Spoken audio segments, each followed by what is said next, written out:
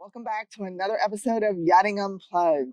We are coming to you from the boating capital of the world, Fort Lauderdale, Florida, at the iconic Pier 66 Resort and Marina. So good to see you, Rick. It's been forever. It's been forever. What a summer. It's hard to imagine just how much has gone on in the last few weeks. And here we are. Good to be back again. And what a great place. You know, obviously this is going to be, the boat show is coming up soon. This is going to be one of the anchor locations at the Fort Lauderdale International Boat Show. It's a little quiet right now, which is nice. It's nice. But it's raining, but we figured out why not? Let's just shoot in the rain. Yeah, well, Megan made it possible for us. And, yes, Megan Lagasse-Washington, who's a dockmaster here at Pier 66. Yeah. She's one of our favorites. She is really one of the best, and she's done such a great job in supporting us and becoming an integral part of what's made Yachting Unplugged possible here in the Fort Lauderdale area. Yes, so thank you, Megan, and thank you for her team.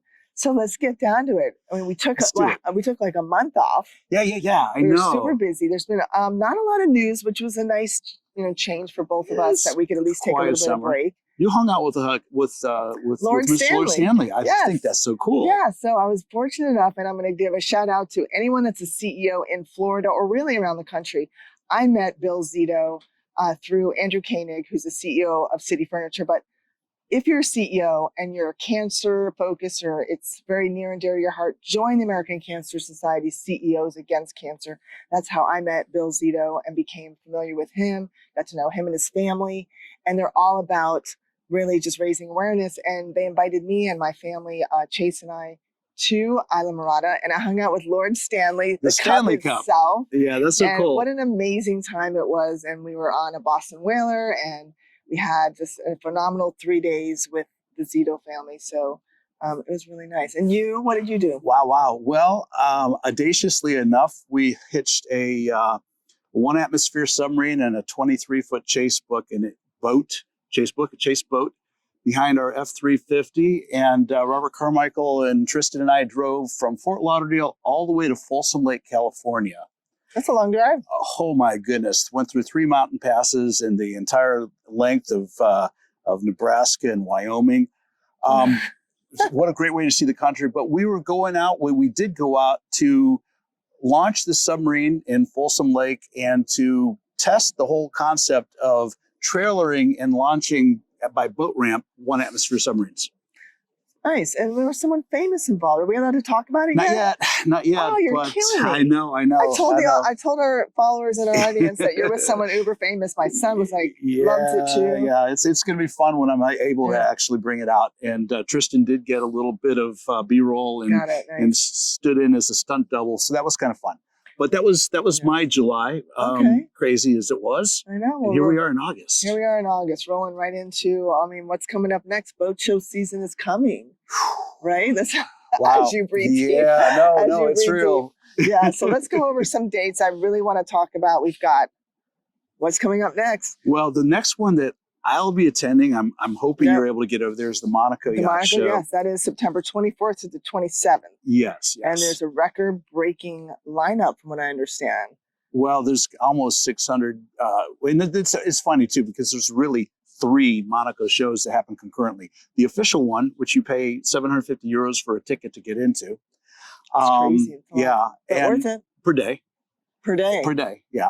And there's about 580 exhibitors that are actually in that show. Then out in the harbor, you've got about another 50 or 60 yachts on the hook.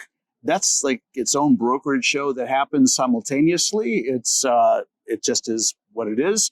And then on the periphery of the Monaco Yacht Show, you've got a lot of restaurants that are turned into show venues. So you've got additional companies that have come in. Restaurants become like sort of private displays, right? Meeting places. You sponsor 3 or 4 or 5 or 6 companies will come together and sponsor a space in one of these. Right. So it's a great place to go have a meal, have a private conversation. You get internet and toilets and all that kind of stuff, which is important. Right. And it makes for a really amazing yacht show. Love it. Well, also in September, we have the Cannes Yachting Festival. Let's talk about that. Yeah. That's September 9th to the 14th. Right. And important there, a friend of ours, Bob Allen of Robert Allen Law, he is doing a fundraiser for Mercy Ships. It's a charity he's very near and dear to him. And so during the Cannes show, he's going to be raising money for Mercy Ships. There's going to be a gala event. Working out details right now, but we may be going out there and live streaming that event from Very the Cannes Yacht Show. That's not official yet, but it's something that Bob and I are talking about right now. And if we can make that happen, that would be really cool. So you've got the Cannes show about 2 weeks before the Monaco show. You got Bob Allen, Robert Allen Law doing the Mercy Ships fundraising gala. And then coming out of the southern France, you go up to the UK for the Hampton. Yeah, and that's September 19th to the 28th at Southampton International Boat Show. Yeah, it does conflict with Monaco a little bit, but it's more a regional show. And then you pop back across the pond and go right into IBEX. Yes, I'm really excited about IBEX. I've actually been working with the team at IBEX. We have had multiple conversations about more captains being involved. Mm-hmm. They are mini businesses, if you will, sometimes even larger than most. And I really wanted to speak to the captain and the crew. You are invited to IBEX. I suggest that you do come. There's so much, it's not just about manufacturing. There's so much more that really they can provide you and your yacht. And it's industry, and it's a wonderful cross-section of the industry, predominantly U.S. industry, although more and more there's international companies coming in. Yeah. So, IBEX is definitely hundreds and hundreds of exhibitors there. If you're, like I said, captain and crew should attend, as well as any dealer across America. I think we have like 4,000 boat dealers that want to expand their service and parts department. You really need to get to IBEX. Yeah, no question about it. I'll be there. You'll be there. I will be there. We're gonna broadcast from there a little bit, so that'll be fun to kind of bring that home to everybody. I know. I'm excited to see everyone there. All right, let's talk about industry intel. Okay, let's go. Well, from what I've heard, Superyacht Times is the big buzzword right now is sustainability. That's been ongoing. It's a conversation that's been happening in the large yacht industry for years, but we're starting to see more and more and more. I talked before about being on board Breakthrough last November in Amsterdam, and that's got hydrogen fuel cells, 119-meter boat, big boat. I just interviewed Lursen Yachts here in Pier 66 of all places. Yeah, beautiful office here. Timothy Hamilton and I talked about the same thing, and Lursen's got a program. They're developing some large yachts with different technology, but hydrogen propulsion. And electric boats, I mean, we got Voltari right here, and they've got their own version. It's building traction. You're starting to see more people accepting it now more than ever. Yep. And let's talk about the ship Breakthrough by Fedship. We talk about it's not only beautiful with all of its balconies and all the amenities on board. Visually, maybe one of the most beautiful yachts delivered on the ocean today. It is just visually stunning. Mm-hmm. Well, let's switch to the 20. I was at a party last night, and there's a lot of 20-year-olds and 30-year-olds, and yachting to them is a lot different. There's more about ice bars and cold plunges and like wellness. And lifestyle. So you're seeing this big shift towards a different type of build, if you will. Yeah. More outdoor spaces, more access to the ocean, more access to the sun, more health focus, less cigar bars and wine cellars, and not that they aren't there, but more kind of catering to a healthier lifestyle, a more on the ocean lifestyle.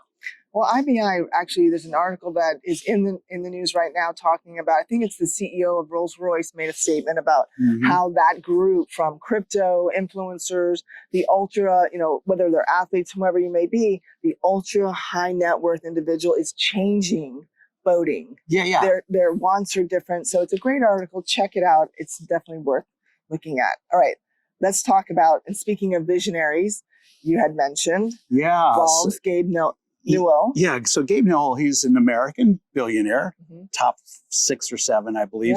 He was one of the original founders of Microsoft, and he left that to go and start his own gaming empire, which he's done quite successfully, obviously. Valve's is the name of the organization, company, and a Harvard dropout. I love that. Some of the most successful CEOs in the world and business owners are dropouts. Yeah, well, what does that tell you? They figure it out early enough in their education to go, okay, I know what to do. Let's get out of here. Yeah. But anyway, he has just gone over and bought Oceanco from Mohammed Al Barwani. it's fun to interject this because I actually met Mr. Albarani at Turquoise Shipyards about 6 years ago. He and his sons was invited to sit down into a design meeting that they were having, and was really privileged to be there. And wonderful gentleman. He sold Oceanco to Gabe, and now we've got an American gamer yacht owner now owns an American shipyard. I love that. I know. I think it's great. There's value in not just the product that it puts out, but the land and everything else involved. So I think it's more of just it's all encompassing. It's multifaceted, and of course, he's selling yachts to like his big buddy Jeff Bezos, who currently owns one of the largest sailing yachts in the world. And so I don't know whether whether it's just billionaires comparing notes kind of thing, or what that looks like. But it is cool that we've got an American now in Holland building big yachts. And the hope is eventually one of these high net worth individuals decides to bring it back to the United States and make those kinds of investments here locally. About that. You and I had some coffee talk right before we started filming. We talked about where are the areas that other companies that are looking to move here to the States because of the potential tariffs and the situations. What are some of the areas that you think would be those areas that can handle such a large facility? First of all, South Florida is not one of those because the cost of manufacturing, cost of everything here is too expensive to be competitive.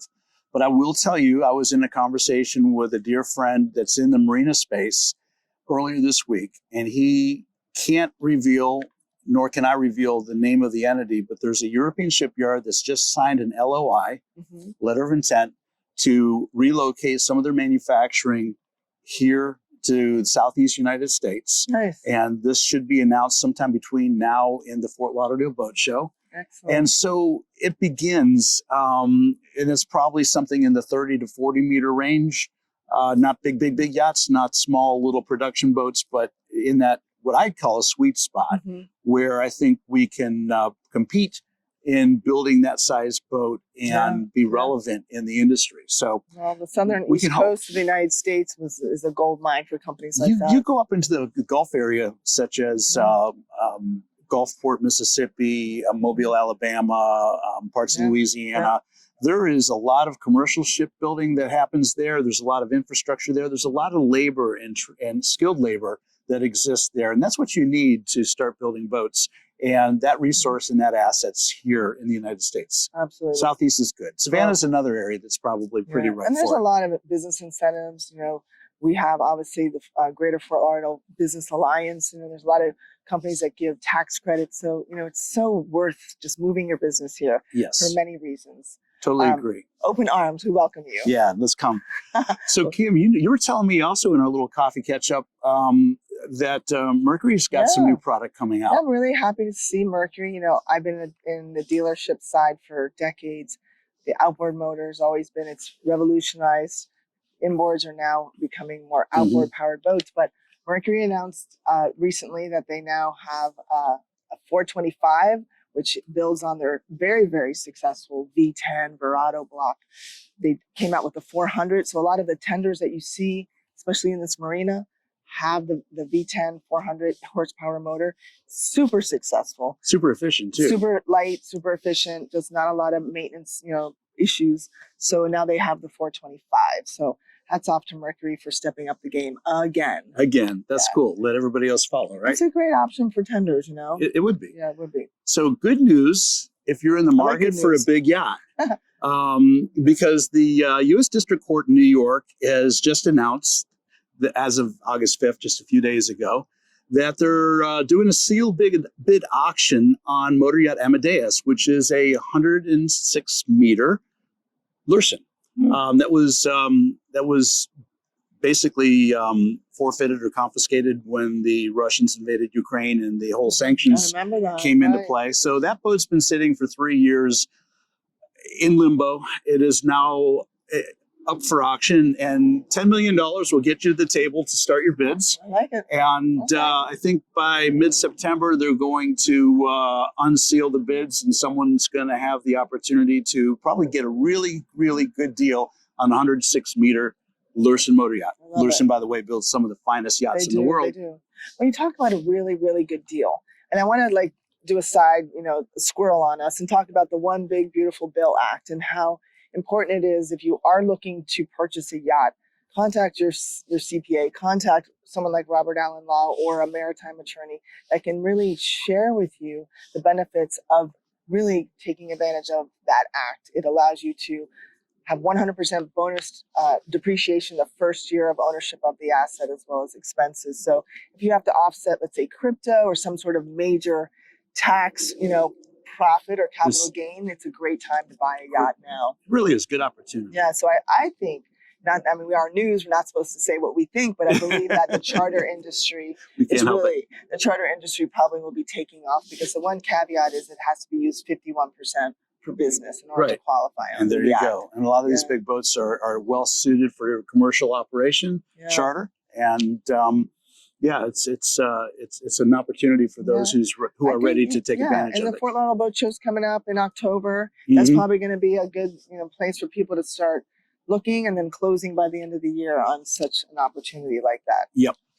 Well, speaking of opportunity, I want to talk about the actual submarine issue, the project that you did. You know what? Let's take a few minutes and talk about that before we wrap it up. Yeah, it was fun because, of course, we're driving across the country, and I don't think anybody's ever seen a submarine being towed behind a truck through the cornfields of Nebraska and the. Were there a lot of photo opportunities?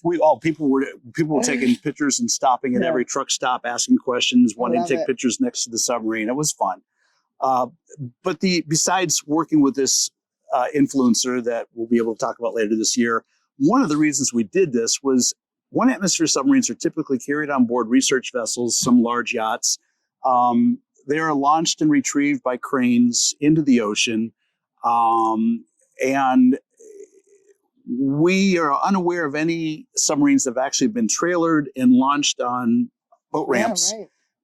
And what's important about that is when you look at all of the deep water, freshwater lakes throughout North America and other places around the world, that opens up all sorts of opportunities for research and exploration. Absolutely. If you can get these submarines in the water. So we carried the submarine and the support boat and all the necessary spares and supplies. Those waters that you were in? 250 feet. Yeah. We're going up to Lake Tahoe later this month, which is closer to 1,000 feet in some places. And this submarine was rated for 2 passengers, 1,000 feet deep, 8-hour runtime, 72 hours of life support on board. A cool boat. So we did prove successfully in 2 different lakes that we could launch, operate, and retrieve. And that was cool. And then my son Tristan got to be the swimmer. And if you know anything about submarine operations, that's one of the most important jobs, because he's the guy that puts the tow bridle on, the lifting bridle on, takes it off, gets the cover over the dome, dries out the hatch so people can come in and come out. All of that stuff. It's good to have a nice, youthful. He was hands-on making it happen. I loved it. So it was a good experience. Yes, and I know who the influencer is, and I just have to say you're going to be super excited to hear about it. And I can't wait to hear the news on that. Yeah, that'll be fun. So when can we expect Probably November. Okay. He's asked us not to say anything until his show comes out. And then I'll have lots of commentary about what you see on his show. Yeah. But I mean, I can't believe how many millions and millions of followers this person has. It's 96 million people follow him, and his videos normally hit about 120 to 160 million views. It's incredible. Yeah, well, could we only be so successful, right? Exactly. Well, speaking of success, we wish everyone a great August. I know it's a slow time. Kids are going back to school. Businesses are in their little slow time right now, but enjoy the time. The last few days with your children and your family before the craziness starts and the boat show season begins. Let it begin. Right. I know. Well, it's raining. It's getting ready to start raining here again. Look at thunder. That out there. I know. You can see what's behind us. It's all black, and I love it. Yeah. Well, great seeing you, Kim. So good to see you again too. And look forward to seeing you on our next episode, everyone. If you like us, I'm sure they do. Follow, share, comment, please. And if you have any relevant news, hit up Rick or I. Our information is below. We'd love to bring it to you live. We are bringing more news in between our episodes via an online studio. So if there's some breaking news, we will be reporting on that.